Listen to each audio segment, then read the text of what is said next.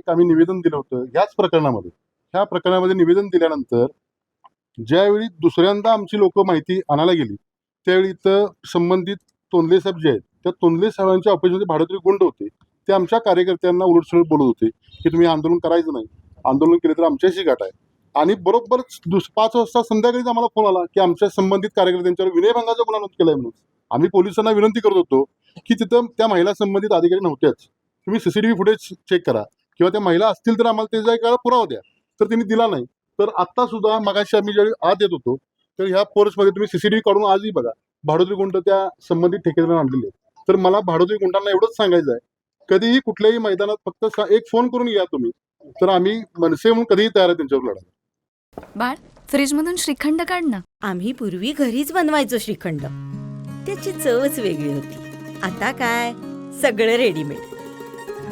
आजी, हे श्रीखंड खाऊन बघ.